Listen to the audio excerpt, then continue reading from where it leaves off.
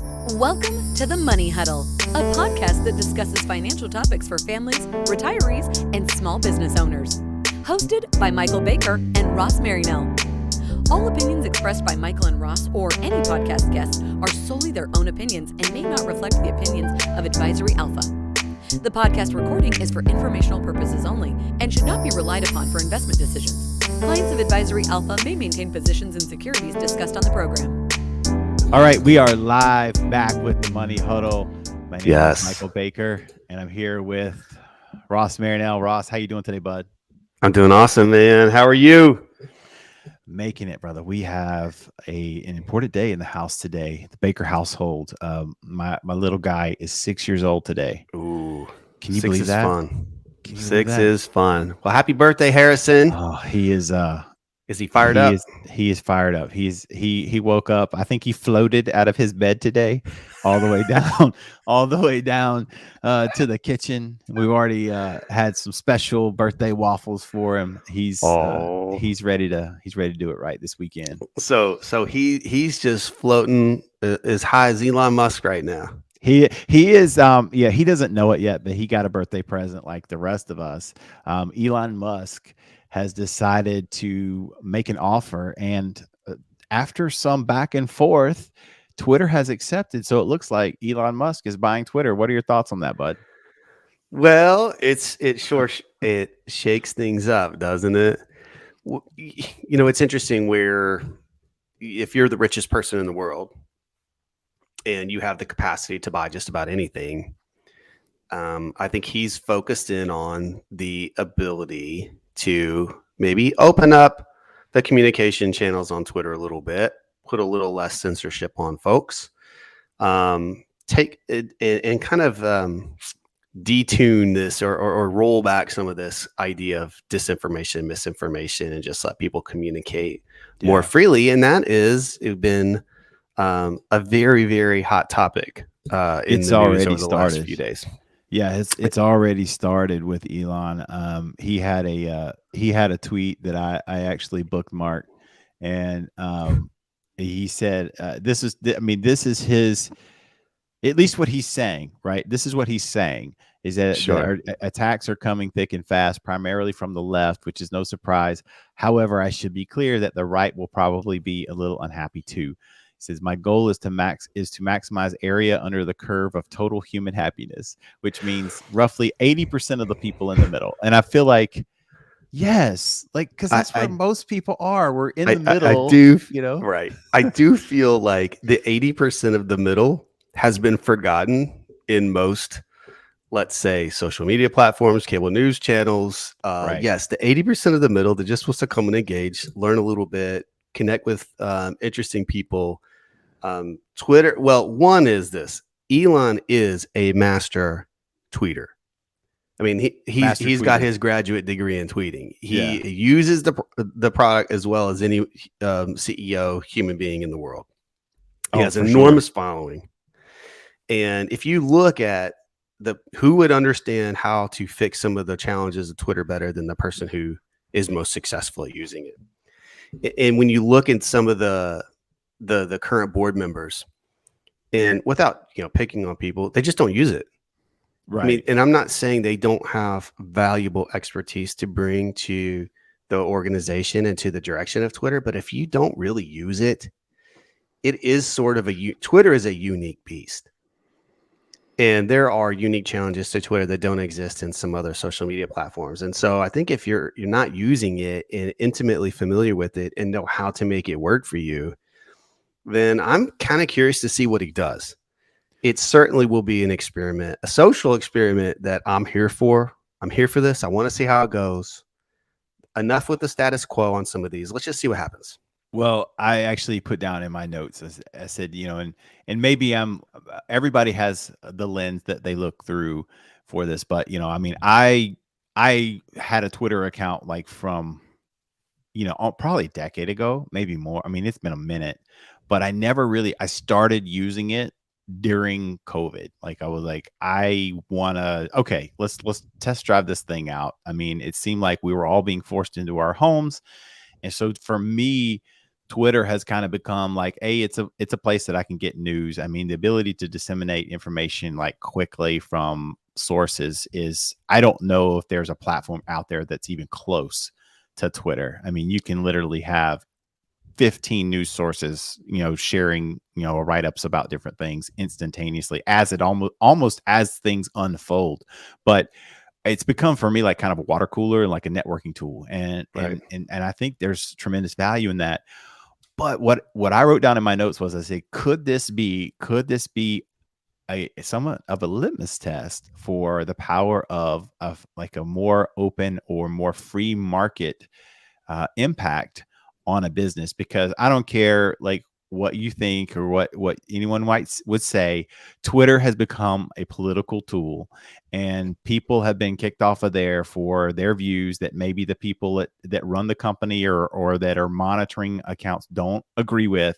I've already seen tweets from people that I had not seen in ages. Like, it's been so long. I'm like, I don't remember last time I saw a tweet from this person, where maybe they're starting to loosen things up a little bit. But to me, it's like, he has referred to it as the town, like the town square, like the public square. Right. But to me, it's like, wouldn't you, as a business, wouldn't you want to have that, to maximize that 80%, usage of the platform? And then you could tailor the marketing to the different people based on different things. Whereas it seems like it's been so skewed for one political, sociological, well, that's a terrible word, social, political, these types of ideologies. It's been skewed in one direction largely, that, I mean, a lot of people have kind of fallen away. I mean, you remember there was the one platform that they tried to use that failed. Amazon took the servers off of it. I can't remember what it was even called. Parler. That's right. So they tried Parler, and Amazon said, no, we're not going to host on the servers. And, now Trump has Truth Social. He's involved in that. But Twitter, I mean, I think they have the first mover advantage if he can figure it out. And if, so Godspeed to him, Yeah, it's really become the most relevant breaking news social media platform. So in the financial world, I mean, there's important information that's shared every day. Oh, 100%. Where you can see it very quickly. And if you follow intelligent, smart people that have good feed, then they can kind of, in some ways, curate some of the noise and hit some of the high topics. And then we can go and dig into those as we see fit and do our own research. So for me, Twitter it's an important social media just to stay relevant, stay on top of relevant events. And so, yes, I would like to see what happens. As long as they don't have like, stupid dancing videos where people lip syncing to stuff on there, come on, man. That's TikTok. That's the most like this.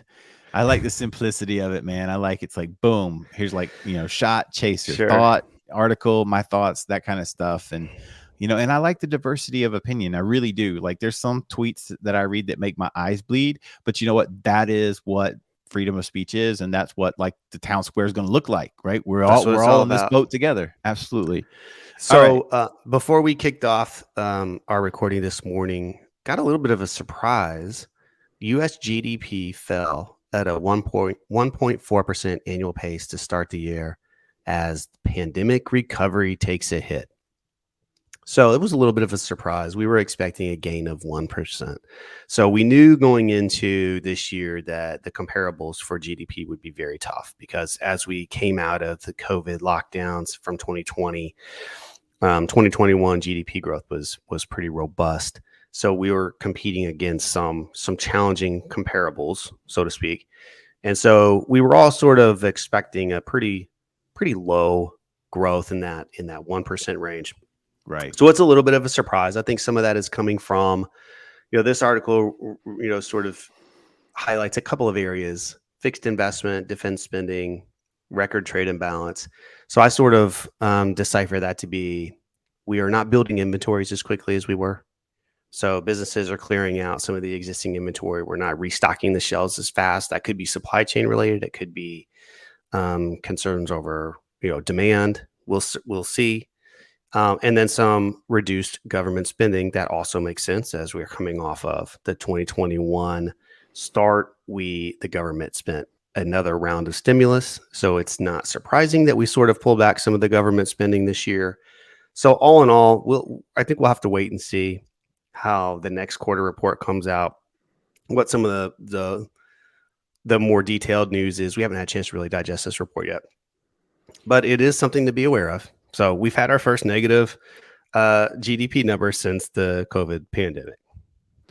Listen, I mean, ever since, we started to see these persistent inflation numbers, everyone in financial media, journalists, everyone's been throwing out the recession word left and right.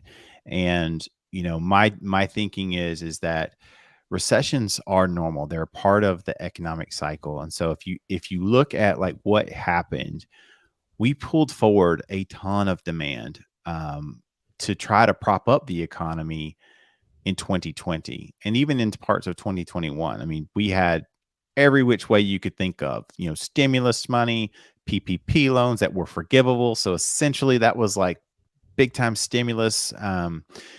Economic injury disaster loans. SBA was incentivized to loan out. Banks were given, I mean, every incentive with low rates to like get money out into the system so that they could make money lending it. And people did that. People that have money, they went and spent it. And we've seen different ways. I mean, look at what happened just here locally with us with home prices. Home prices are insane right now. Just in the area of the country that we live in. And I know that we're not, in a vacuum. There are other areas as well. So if we see a little bit of a pullback, that doesn't mean to me that the sky is falling. It just means that, the U.S. economy is, we're not a cruiser. We are an aircraft carrier. I mean, this boat turns really slowly one way or another. And so, I mean, I would love to think we would be built for 6%, 7% annualized year-over-year growth. That's not normal for our economy, like our economy. At least the trend hasn't been that. So, if we see a little pullback, I'm gonna wait and see what's really happening. There's still so many variables going on. This situation with Russia, Ukraine, the current inflation environment, the Fed's trying to raise interest rates, the market's helping them by raising rates, on its own. So, I think if consumer spending can stay strong despite the increase in prices, so far it seems consumers are being resilient. Sentiments holding fair. And I think if we can do that, then we can limp through this. Doesn't mean we won't scrape our knee a little bit, but I think that, I still want to look for the bright side and look for the positive thing and not go doom and gloom.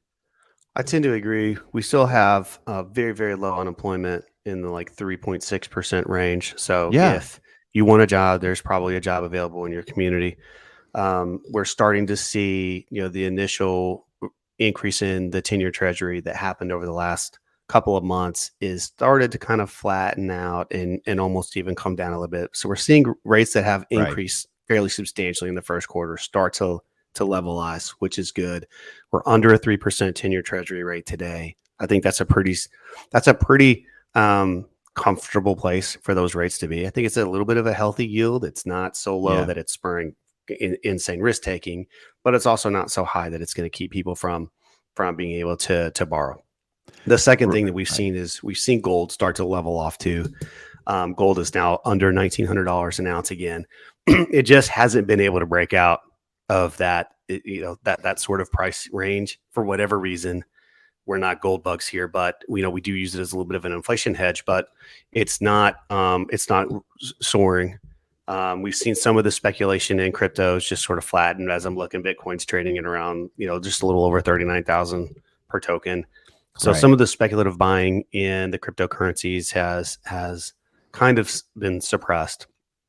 And so we're not seeing the rampant speculation, but we're also not seeing the house some of those took away the money away. pot. The house took away the money, like the stimulus check stopped.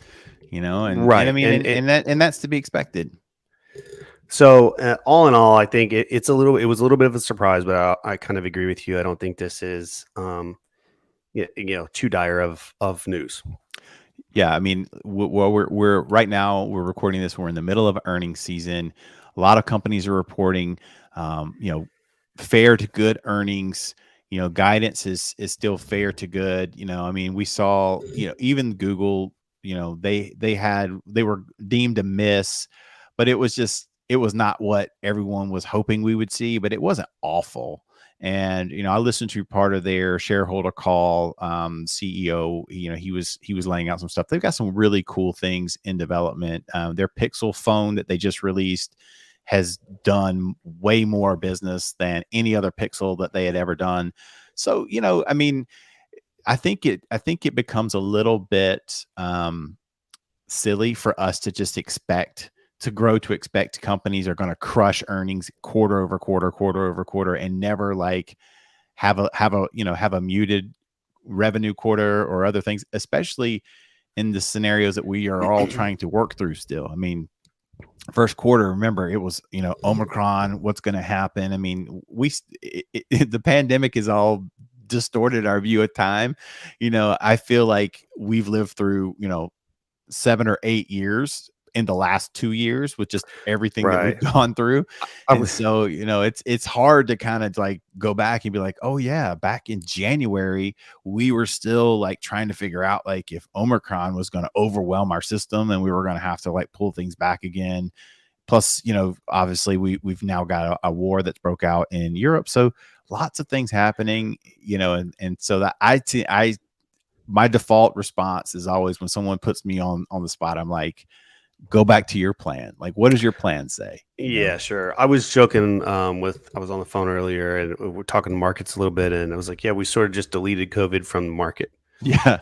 And you know, if you think about the Delete. delete, it's just sort of a You see rollback. I how mean, easy really, that is? Just pretend it's gone. I mean, honestly, it's sort of a rollback to 2019, the end of 2019, where we were. You know, we had rates in this kind Yeah. of 2.75% range. We had good unemployment, you know, like so low unemployment numbers. The economy was Yeah. kind of rolling along, and then we had this transition into all of this Well, sort of communication sector. you notice Dr. Fauci has essentially vanished from the public eye. I mean, We deleted he's him. still He's around, but he's been deleted from the public square. But yeah, I mean, so that was kind of my point. You know, if you look at where money flowed for that year, you know, yeah, into things like when you're locked in your home, where you're having to work primarily from home. So Zoom, absolutely. Netflix, you know, sites like some of the social media sites had some explosion, you know, and now we're looking at, I mean, look where Zoom is today, and Netflix and Spotify and Disney, and YouTube was the sore spot in Google's and you know earnings report this quarter that some of the advertising revenue is slowing down there, and so it Well, I starts to make think, sense. We're yeah, not locked in our homes any longer, and so we're back out in to you know yeah. into the world, and so we're doing things versus being, you know, having to be entertained in our home. We can go out and and find more normal entertainment. I saw someone the other day, just on that point, really quick. I saw someone the other day, they made a comment online about just the fact that they were going back to the gym. It like they had done the home workout thing and they were just burnt out. Like they just there's something for, and people who work out and exercise a lot, like they would understand. Like there's something to just being in the You say environment that like I with the wouldn't gym. know. Yeah. Like for those people that work Come out. on, man.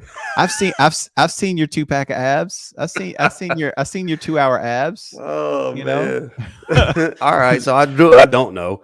So So, that's fine. You can you can make that assumption. You're right. I don't know how crowded the gym is. I haven't but I mean, stepped in. my point was is that the people who work out a lot, like you know, there's something to just being in the gym environment around other people. You know, it's weird because it's not like you want to go and like be bothered by other people. It's just like, hey, like this is like the Right. group effect, right? Like we're here. I want This to is, be you there. Just know, don't talk to me. yeah, exactly. Okay. Which is bizarre, but it's true. All right. Yeah, What so else I you think got? we You had just something deleted COVID from the on the college board, marketplace. right? What's that? Yeah, I said you had so something on the college board, right? I do. So we're starting to see hot and heavy in the headlines again about student loan forgiveness, Oh and yeah.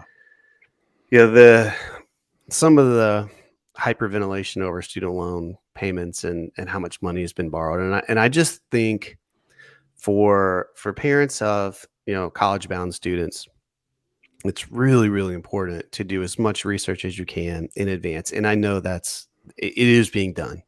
And I know parents take it very, very seriously and trying to find the right spot for their student, trying to look at all options that make sense. So whether that's public schools, private schools, 2-year degree programs, I know people are getting a lot more intense and focused on finding the right home for their student to get educated. And so part of the conversation around the student loan issue is that it's this sort of overburdening, expanding, exploding kind of debt. And the College Board releases a report each year. And this is Trends in College Pricing and Student Aid for 2021. For anyone who is not familiar with the College Board, I think they do a really good job of summarizing the key financial and sort of just sort of a summary of how the school is performing, how students are thriving in the school. So they'll give you some details about how long is the average graduation time. So we know it's always over 4 years, right? So is it 4.5? Is it 5? What is the average graduation time? They'll look at the percentage of students that graduate. They do some detailed work on potential earnings for whatever field you may want to explore. And so a diligent parent and student can sort of get in there and start to evaluate, okay, if I go to this school, it's going to take me 4.5 years on average to graduate. Here's my likelihood of success and earnings afterwards. And here's how much I'll need to borrow.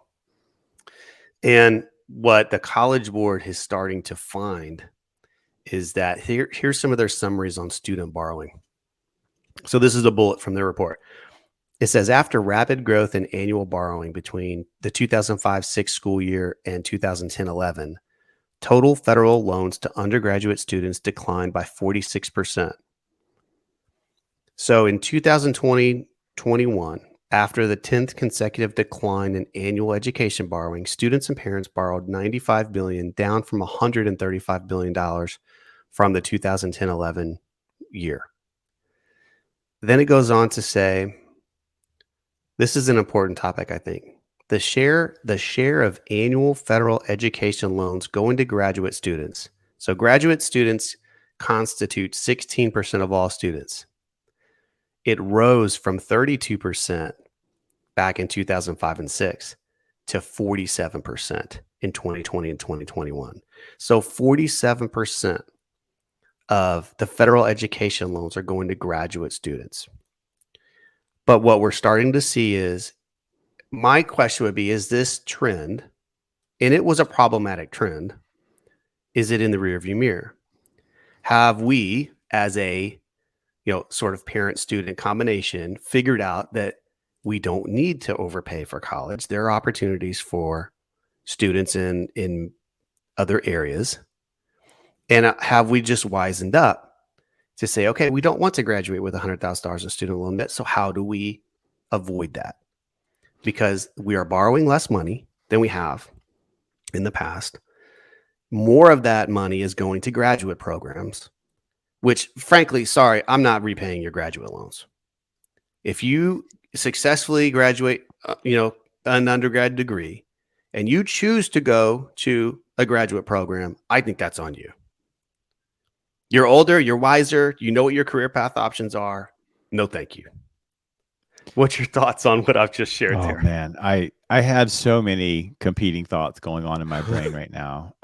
Well, first of all, what I would say is, I haven't done an extensive amount of work to have what I would call a truly expert level opinion on this. But what I would say is like, anecdotally, here's a few of the things that I've observed over the last couple of years. One is higher income families are cash flowing college.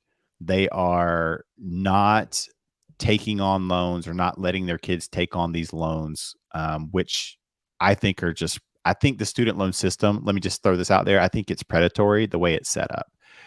It's the only loan that I know of in existence that you literally cannot discharge in the form of Correct. bankruptcy. Like you practically have to die. It's almost to get out of these. impossible to discharge and get. It creates indentured servants. I don't like that. It's like that's not how finance works in the real world, and I think it totally distorts the incentives for universities and college when it comes to having a great product that they offer and allow pricing to really play a factor. Because if you can just tell somebody, well, if you want to come to Harvard, borrow the money, right? A lot of people will do that because they buy the dream, they buy what's on the brochure.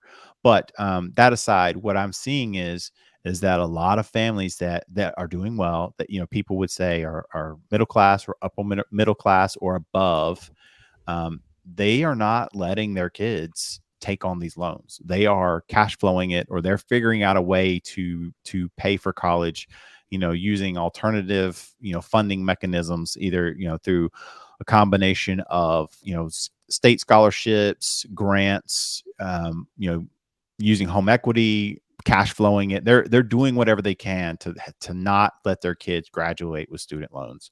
So that's one piece that I've seen. I don't know how broad that applies across the board, but anecdotally, that's been my experience. The other thing that I would say is, I think it's interesting that so many, or a high percentage of the student loans are coming from graduate degrees, because I would really want to know more about that, because I'm thinking, is this because kids are graduating and not feeling like they are ready to enter the workforce, or they're graduating and realizing they don't have the skills to do what they really want to do, so they need graduate work, and so they're going on? Or is it they're looking at starting salaries and they're saying, you know what, I'm not going to go start work and make $30,000 a year, because that's I can't live on that.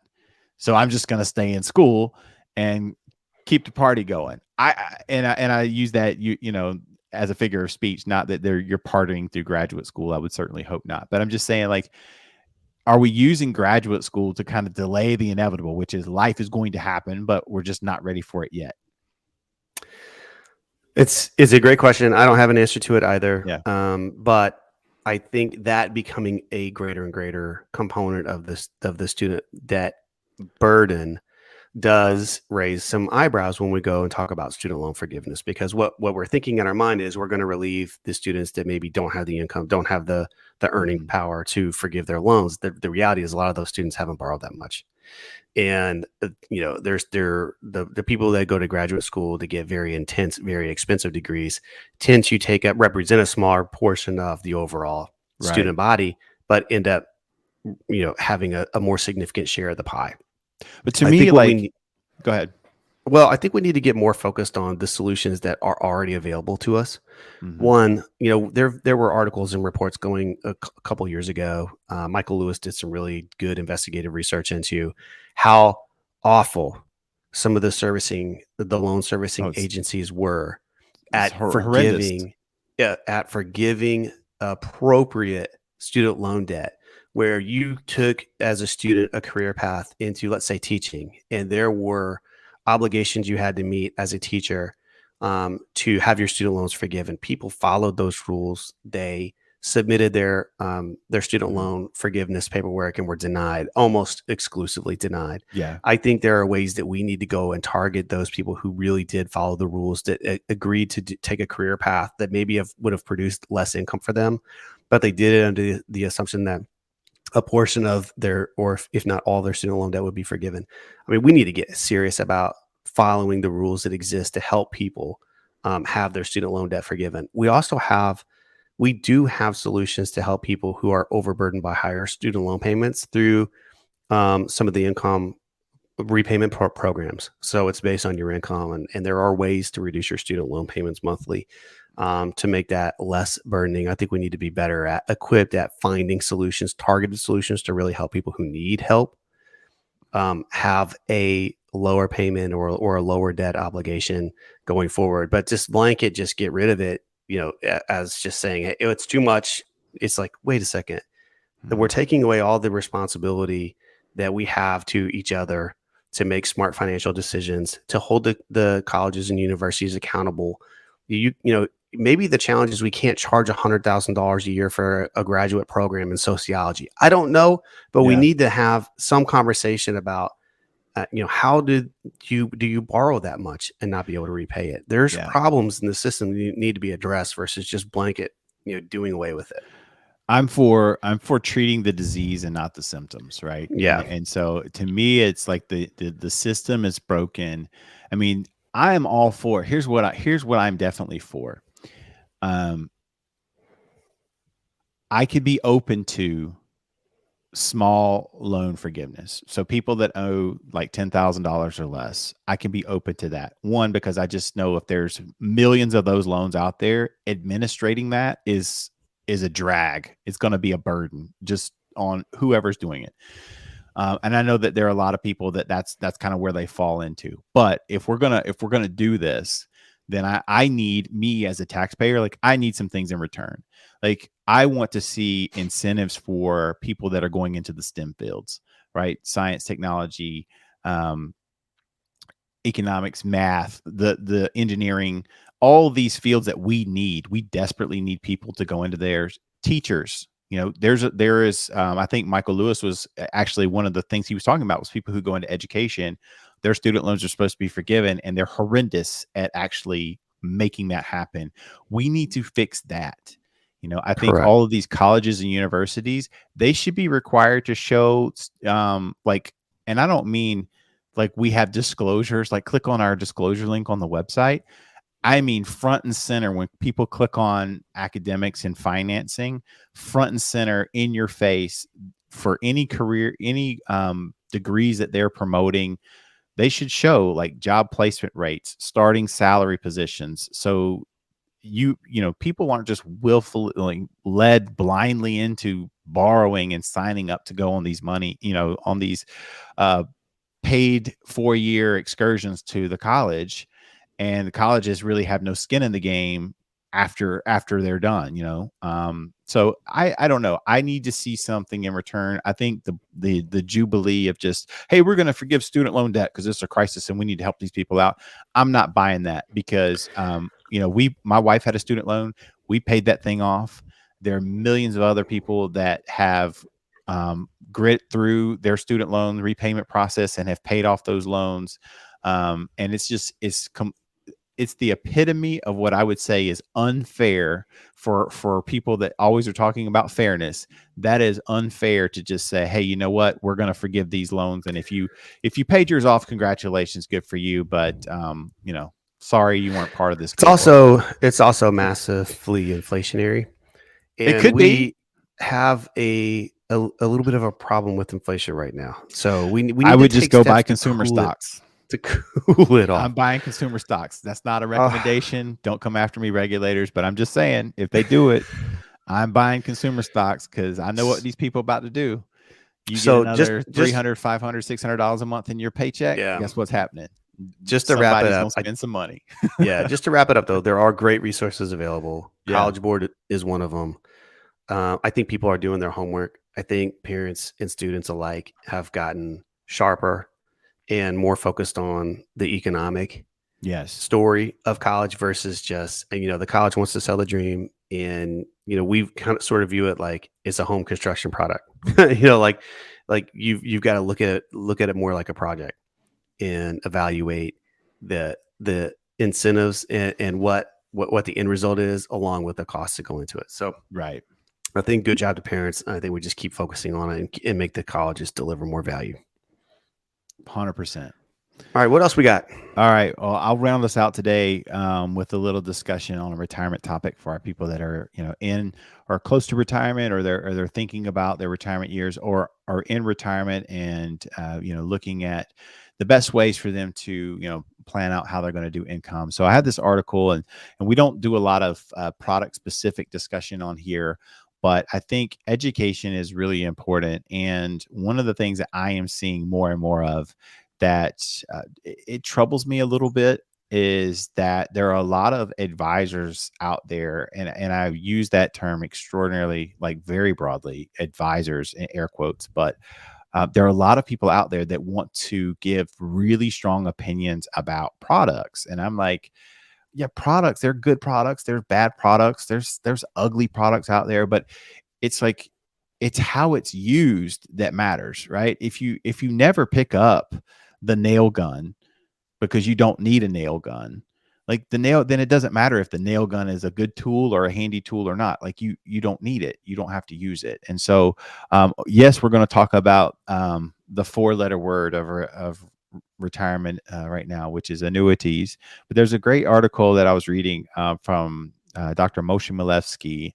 And if you don't know Dr. Milevsky, I mean, he is one of, and I would say he is one of the leading scholars in academia when it comes to, annuities and annuitization. He's written, I think over 15 books, over 60 peer-reviewed papers, and he is adamant that annuities have a role in retirement income planning. But the take that he had in this article, I thought was interesting.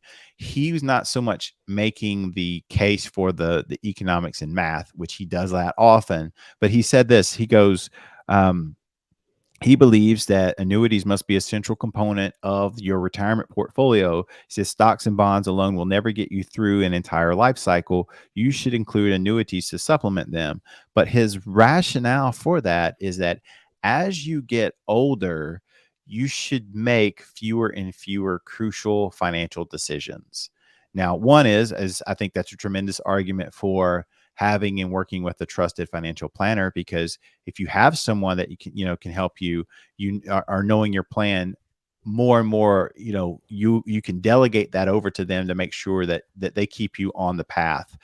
But what he was saying is he goes, in 2 decades, at 70, I'm not so sure, what I should be doing for investment portfolios and constructions. He goes, at 80, I'm even less. And he goes, at 90, I don't want to be making these decisions.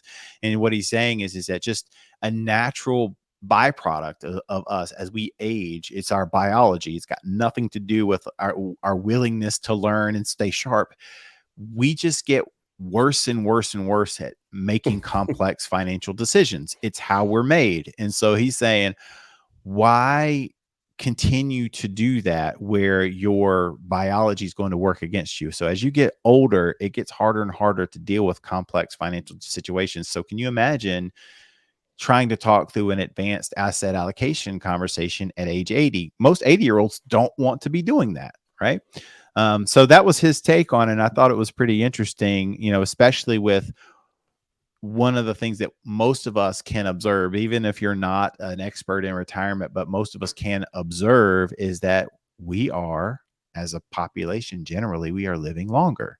I know we have lots of clients that have aging parents, that have parents that have lived into late 80s, early 90s. We've had a client in our firm that's been over 100 years old.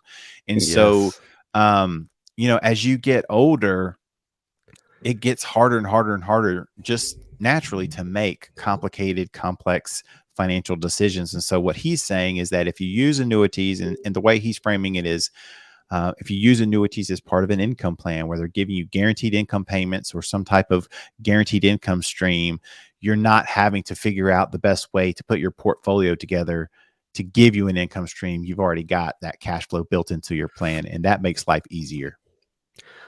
A couple comments. One, I think for new retirees. So when you first retire and you're planning on that retirement, so maybe you're a few months out. Yeah. It's really the first time that you've had time to think about what you've saved, how you've saved it, and what it's going to do for you. Because you're busy working. So a lot of times people don't sit down and go, all right, put everything on the table, really comb through. How does all of this layer together? And I think the first time you go through that process, I think people enjoy complexity because you want to see all of the things at work. It's sort of like taking a watch apart. It's like, I want to see all the components. I want to see everything that I've sort of accomplished over my working career now for the first time, sort of firing on an income for me to live on. And simplicity at that stage, I think, whether it's warranted or not, I think people sort of enjoy the complexity of it all because it's fresh and it's new and you haven't really had a lot of time to think about it. And then, a decade goes by, 2 decades go by as you get further and further into retirement. I think that desire to have a complex plan really streamlines into having the most simple and easy to follow plan. And so a lot of times what we'll do is you sort of have income that sort of bleeds in over time that just gets easier and easier to track and easier and more predictable, method of delivery. And I think the complexity that we favor in our mid 60s is replaced by simplicity in your late 70s and on. And so even though it may be, it's hard to argue what's the right thing to do or what's the wrong thing to do, because making something a little bit more complex doesn't mean it doesn't work. It doesn't work for them. It doesn't work for their long-term plan. But simplicity over time does tend to be the favorite outcome. Yeah, I would say I would say it a little bit differently. I think what people want to, when they're planning for retirement, I think it's not so much maybe complexity, but it's just they want to go through this very thorough diagnosis of their situation, because that is such a tremendous transition. Like, I'm going from full-time paycheck to full-time retirement, and I want to make sure my lifestyle, what I've worked for, I can maintain that. I don't want to run out of money. And that's consistently like the number one fear. And so people are very vested, in those early retirement planning meetings, because they're trying to figure out, like, hey, like, can I trust this person? It's a good way to put it. Do they have the expertise? Do I feel confident that they know and understand my goals? Do I feel confident that I can do this? Does the plan make sense? Am I gonna, is it gonna, so there's a lot there. And I think it's that process that they're looking through, and they want a thorough diagnosis. Right. After you go through that and you've been doing it for, 5 years, 6 years, 10 years, 12 years, as you move through that, man, you're much more at ease because you've been living it, and you're less concerned with like the complexities and the intricacies of it. And I think that's one mistake that a lot of financial people make, is we always want to make it complex. We always want to get the stuff out there and say, no, what though? Let's just have a systems check, see how things are going. But I think his point is to that too, is it kind of lays into where what we naturally see is people becoming more relaxed and settled into their retirement lifestyle. It's also that we're just not going to be as wired to make those critical, complex decisions when we're in our 70s, 80s, even 90s, as we are when we're in our 50s and 60s. And so, correct. 50s and 60s, like, get in there, like, make sure you work that full diagnosis up. But don't think you're going to likely be able to do that same level of high level thinking when you're 75, 80, just because we're biologically not made that way. And the last point I'll add to that is, and I think some of the thoroughness, as you kind of put it, of becoming very detailed. And we like to become very, very detailed, right? We want to take as many hypotheticals out of the equation as we can. It's not a time for hypotheticals right now. It's like rubber's meeting the road. Right. Where does that first income check come from? How long does it last? Where does the next income check come from? And it's a heightened sense of awareness in the beginning part of retirement, because longevity risk is still it's the prime issue, right? How will this continue for my lifetime? Will I have enough money to retire comfortably to maintain financial independence? And as you grow into retirement and you live longer in retirement, that longevity risk oftentimes can start to dissipate. And so that's not top of mind any longer, because maybe you're now into your mid 80s, late 80s, and you're not just not worried about it. Right. As you were when you were, 64 and retiring. Absolutely. So that's it. That's our show today. Obviously we're going to wait and see what Elon decides to do with the Twitterverse. And if you have kids that you're planning for college, know that there are ways to put together a plan for financing and paying for college that don't include massive student loans. There are a lot of families taking advantage of various different programs and thoughts out there about how to do that. And lastly, if you're looking at retirement planning, just know that the important thing is to make sure you get a thorough diagnosis of your situation and you have a plan, have a written income plan for how you're going to attack those retirement years, because we want retirement to be a season of life something you retire to and things that you look forward to. And having a plan will give you a lot of peace of mind when you do that. So thank you for listening. Thank you for being a part of the show, and we will talk to you next time.